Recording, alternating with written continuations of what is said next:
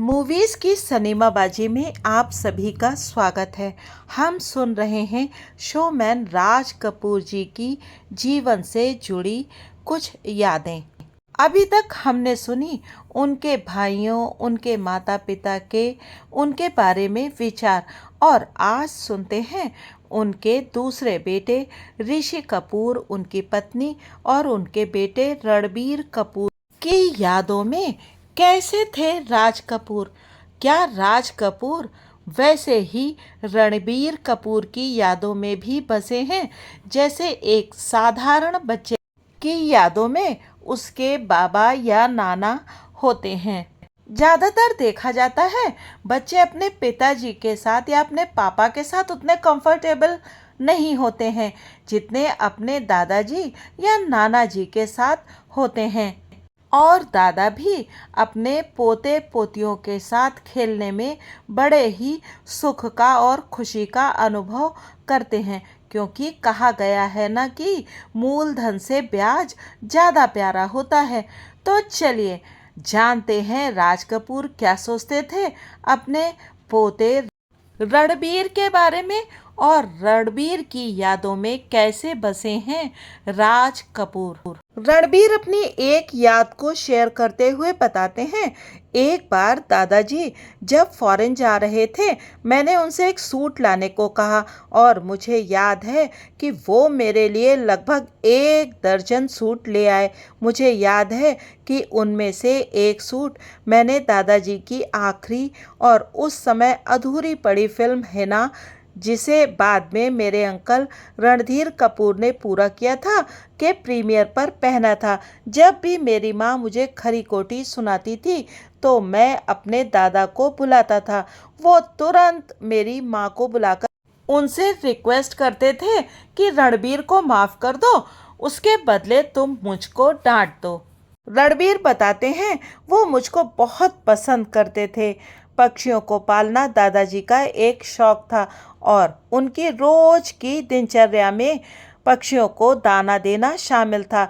वो पुकारते थे आ आ आ, और वो अपने हर एक पक्षी का नाम रखते थे और अक्सर मजाक में उसी अंदाज में अपने नाती पोते पोतियों को भी बुलाते थे।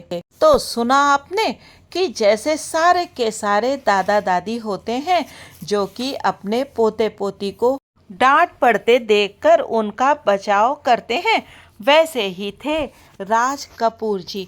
क्योंकि कोई कितना भी पैसे वाला, कितना भी बड़ा व्यक्ति क्यों ना हो जाए, उसके मन में तो रिश्तों के लिए वैसा ही लगाव होता है जैसा एक सामान्य व्यक्ति का होता है।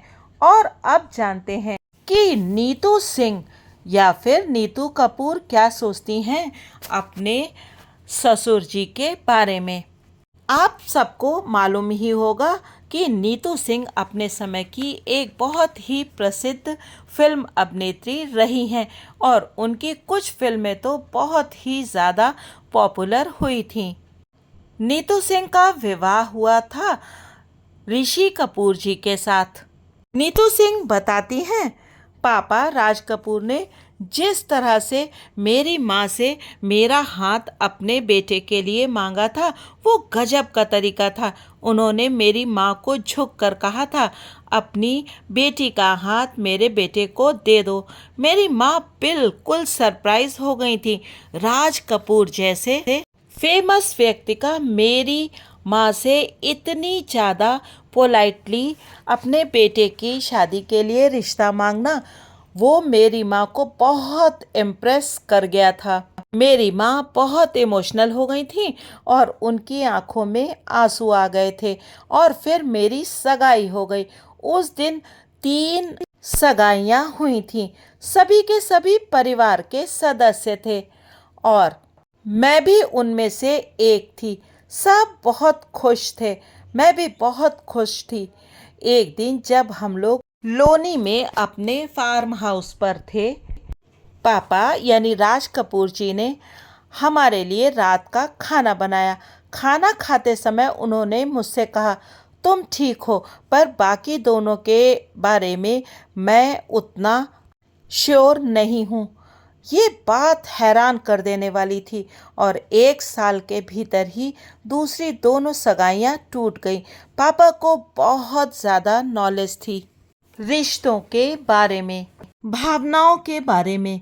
मेरी शादी सन 1980 में हुई थी। मैं बहुत छोटी थी और बहुत अधिक घबराई हुई थी कि मैं नए माहौल में कैसे एडजस्ट कर पाऊंगी।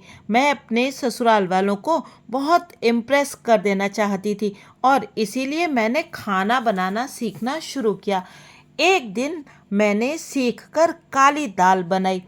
सारे लोग बहुत एक्साइटेड थे। हालांकि दाल भयानक रूप से खराब बनी थी, पर पापा ने मेरी जमकर तारीफ की। उन्होंने कहा, मैंने इससे अच्छी दाल अपनी पूरी जिंदगी में नहीं खाई। और मेरे आंसू निकल पड़े जब मुझे खुश करने के लिए उन्होंने वो दाल खाई जिससे मैं खुश हो जाऊं। एक व्यक्ति का सबसे बड़ा गुण ये होता है कि वो दूसरों को खुश कर सके। पापा का ये एक तरीका था जिससे वो दूसरों को इम्पोर्टेंट फील कराते थे, चाहे वो इम्पोर्टेंट हो या ना हो। एक बार मैं एक पार्टी में गई थी। मुझे पता था पापा पीने के बड़े शौकीन हैं, लेकिन मैंने उन्हें एक सॉफ्ट ड्रिंक पीने के लिए कहा। उन्होंने मुझसे कहा, ये है मेरी कृष्णा। हम सबको पता है कि उनकी पत्नी उनके जीवन में कितनी महत्वपूर्ण थी। उनका मुझसे अपनी पत्नी के साथ तुलना करना, भले ही उनका मतलब ये नहीं था, मेरे लिए एक बहुत बड़ी तारीफ की बात थी। मुझे ये सुनकर बहुत अच्छा लगा। एक बार उन्होंने मुझे बताया कि फिल्म प्रेम रोग में पद्मिनी कोल्हापुरी पर फिल्माया गया गाना ये गलियां ये चौबारा मुझसे इंस्पायर्ड था। वो मुझे मेरी शादी में खुशी खुशी डांस करता संगम का और खुश प्रसिद्ध गाना देखकर बहुत ही ही ज्यादा ज्यादा इम्प्रेस होगा हो कि गए नहीं थे। कि उसी प्रेरणा फिल्म राज के कपूर जी एक को और कैसे गाने में मिली वो उन्होंने बताते एक हैं। मैं गुनगुनाहट की चाहता था आवाज कि भी एक विशेष साथ में सिने जोड़ी तारिका थी। जो अगर मेरे आपको साथ एक याद फिल्म में हो काम कर तो रही थी वो गाना था, संगम में एक भंवरे भूमिका ने अदा करे। खिलाया मैंने फूल उसे फूल एक को तार ले भेजा गया जिसमें मैंने राजकुंवर, पूछा कि और वो उसमें निर्णय ले और जू बताए जू कि करके क्या एक वो ये कर गुनगुनाहट की सकती है, आवाज होती बल्कि है। क्या वो नीतू सिंह चाहती है बताती कि है मेरी फिल्म कि में ये एक भूमिका आवाज करे। उनकी वो पोती करती मद्रास में थी। काम कर रही एक थी, बहुत इसीलिए मैंने प्रतिभाशाली वही व्यक्ति संदेश भेजा।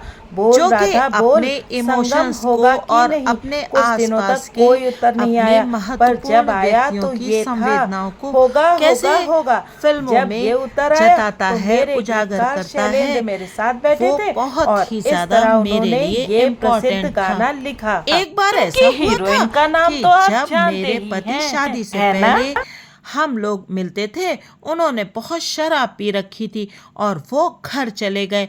मैं उनसे बहुत गुस्सा थी। मैंने उन्हें फ़ोन किया और खूब खरी खोटी सुना दी। मैं एकदम सन्न रह गई, हतप्रभ हो गई, जब दूसरी ओर से मैंने केवल एक ही वाक्य सुना, क्या आपको एक पिता और एक पुत्र की आवाज़ में कोई फ़र्क महसूस नहीं होता? उनकी आवाज़ें इतनी मिलती जुलती थीं कि मैं घबरा गई। नीतू सिंह एक और याद शेयर करते हुए बताती हैं, मुझे याद है एक बार पापा ब्रीच कैंडी नर्सिंग होम में थे और मैं वहां उनसे मिलने गई। वहां मुझे हमारे एक करीबी रिश्तेदार मिले और मैंने पांव छूकर उनको सम्मान प्रकट किया। हमारे परिवार में ऐसा करना एक परंपरा थी। मैं बहुत दुखी और शर्मिंदा हो गई जब उन व्यक्ति ने मेरे इस आदर को नकार दिया। पापा ने ये देख लिया था। मैं नर्सिंग होम से वापस घर आई और थोड़ी देर बाद मम्मी का फ़ोन आया ये कहने के लिए कि पापा ने ये आदेश दिया है कि फ्यूचर में मैं उन व्यक्ति के पाँव कभी ना छूं और पाँव छूकर उनका सत्कार ना करूं। पापा की परखने की नज़र बहुत तेज थी और अपने इस अंदाज से उन्होंने परिवार में मेरे आत्मविश्वास की रक्षा की थी। और अब जानते हैं कि ऋषि कपूर क्या सोचते थे अपने पापा राज कपूर के बारे में। राज जी की बाद की फिल्मों में उनके तीनों बेटों में सबसे ज़्यादा हीरो का रोल किया था ऋषि जी ने। बॉबी, प्रेम रोग, मेरा नाम जोकर, सब में ऋषि जी थे। तो चलिए जानते हैं कि ऋषि कपूर क्या सोचते थे अपने पिता के बारे में। राज कपूर ना केवल मेरे पिता हैं, वे मेरे प्रेरक और गुरु भी हैं। मैं जो कुछ भी जानता हूँ और जो कुछ भी आज हूँ, उन्हीं की बदौलत हूँ। उन्होंने मेरे साथ 3 फिल्में बनाई, मेरा नाम जोकर, बॉबी और प्रेम रोग। तीनों फिल्में अपने समय की बहुत इम्पॉर्टेंट फिल्में हैं। राज कपूर सरीखे निर्देशक और अन्य निर्देशकों के साथ काम करने में बहुत डिफरेंस था। राज कपूर एक अभिनेता भी थे। वे एक्टर की कठिनाइयों को समझते थे। वे आपको खुद करके दिखाते थे कि किसी सीन को कैसे शूट करना है और उसमें कैसी एक्टिंग करनी है। इससे जो एक्टर होता था वो डायरेक्टर की इच्छानुसार, अपेक्षानुसार अच्छा काम कर सकता था। पर मेरे साथ ऐसा नहीं हुआ। उन्होंने ये मेरे ऊपर छोड़ दिया कि मैं किस तरह से एक्टिंग करूं। पहला गाना जिस पर मैंने अभिनय किया वो बॉबी फिल्म में मैं शायर तो नहीं था। मैं बहुत एक्साइटेड था कि मैं हीरो बनने जा रहा हूं और इस सत्य के साथ कि मुझे एक फिल्म में गाना भी गाना है, मैं सेट पर पहुंचा। इस फिल्म में पापा के मुख्य सहायक मेरे बचपन के दोस्त थे। मैंने उनसे पूछा कि जिस गाने को हम फिल्म में डाल रहे हैं और जिस पर आज मुझे काम करना है, उसको डायरेक्ट करने के लिए कौन से डांस डायरेक्टर लिए गए हैं। उन्होंने मुझे बताया अभी तक कोई नहीं आया। इसी बीच मेरे पिताजी सेट पर आ गए। उन्होंने सेट पर मौजूद सभी लोगों से पूछा कि शॉट के लिए सभी तैयारियां हो चुकी हैं। मैंने तुरंत रिएक्ट करते हुए कहा, सर, मैं सेट पर हमेशा अपने पिताजी को फॉर्मल रूप से बुलाता था, पर सेट पर कोई डांस डायरेक्टर नहीं है। उन्होंने उत्तर दिया, लेकिन इसकी ज़रूरत क्या है, तुम सिर्फ खड़े रहो और गाना गाओ। मैंने कहा, मुझे नहीं पता मुझे क्या करना है। उन्होंने कहा, कोशिश करो, तुम्हें सब पता चल जाएगा। उनकी सोच ये थी कि अगर उन्होंने मेरे लिए डांस मास्टर बुलाया तो मैं केवल उसकी नकल करूँगा। डांस मास्टर शायद मुझे कुछ स्टेप्स बता देगा जो उसने बहुत सारे दूसरे एक्टर्स को भी बताए होंगे, और फिर मैं भी वही करूँगा जो लोग पहले से कर चुके थे, और सभी लोग ये कहेंगे कि मैं फलां एक्टर की नकल कर रहा था। वो चाहते थे कि मैं अपनी पहचान खुद बनाऊं। अगर आप आज वो गाना देखेंगे तो आप जान जाएंगे कि मैं इसमें कितना अजीब लग रहा था। इसमें मैं अपने हाथ एक पुलिस वाले की तरह उठा रहा था। मुझे नहीं मालूम था कि मुझे करना क्या है। आज मुझे लगता है कि ये एक बहुत अच्छा तरीका था उनका मुझे सिखाने का। उन्होंने मुझे गहरे पानी में फेंक दिया था और मैंने खुद तैरना सीखा। ऋषि कपूर जी बताते हैं कि मुझे फिल्म मेरा नाम जोकर में मेरे काम के लिए बेस्ट एक्टर का अवार्ड मिला। तो मेरे पिता ने कहा, चिंटू को मेरा नाम जोकर फिल्म के लिए नेशनल प्राइज़ मिला है। ये मेरे लिए बहुत खुश कर देने वाली बात है, क्योंकि एक पिता के नाते मुझे और कौन सी बात खुश कर सकती है इसके सिवाय कि उसका बेटा उसके जीवन में ही बहुत तरक्की करे और खूब सारी सफलता पाए, उसको करोड़ों लोगों का आशीर्वाद और स्नेह मिले। लेकिन मैं फिर भी यही कहता रहूँगा कि अभी तो कसर रह गई, अभी तो कसर रह गई, जिससे वो और ज़्यादा मेहनत कर सके। और अब जानते हैं रिधिमा कपूर साहनी के ख्यालों में उनके दादाजी की कौन सी यादें बसी हैं। जी हाँ, रिधिमा रणबीर की बहन और ऋषि और नीतू सिंह की बेटी हैं। मैं केवल 8 वर्ष की थी जब दादाजी का देहांत हो गया। मुझे थोड़ा बहुत जो याद है वो ये है कि वो बहुत प्यार करने वाले दादा थे। वो मुझे प्रिंसेस कहकर बुलाते थे और वैसा ही व्यवहार मेरे साथ करते थे। वो जब भी स्टूडियो से आते थे मुझे अपनी गोद में उठा लेते थे और मुझे कसकर पकड़ लेते थे। उन्होंने घर में बच्चों के दुलार के नाम रखे हुए थे। मैंने दादाजी के साथ कभी ना भूलने वाले कुछ क्षण बिताए हैं। मुझे अभी तक याद है कि संडे को वो हमें चैम्बूर के पास एक उडुपी रेस्टोरेंट में ले जाते थे और क्योंकि वो खुद खाने के बड़े शौकीन थे, वो सब कुछ ऑर्डर करते थे, जैसे इडली, उत्तपम, डोसा, वड़ा सब मंगा लेते थे। बाद में वो हमें नवी मुंबई में वाटर पार्क में ले जाते थे और हम सब देर शाम तक वहाँ तैरते रहते थे। हमारे यहाँ ये रिवाज भी था कि गुड नाइट किस देते समय वो हमें एक एक चॉकलेट देते थे, लेकिन इसके अलावा हम कभी उनके कमरे में जाने की हिम्मत नहीं करते थे। मेरे दादाजी की जगह कोई नहीं ले सकता, ना तो मेरे पिताजी और ना ही मेरे पति।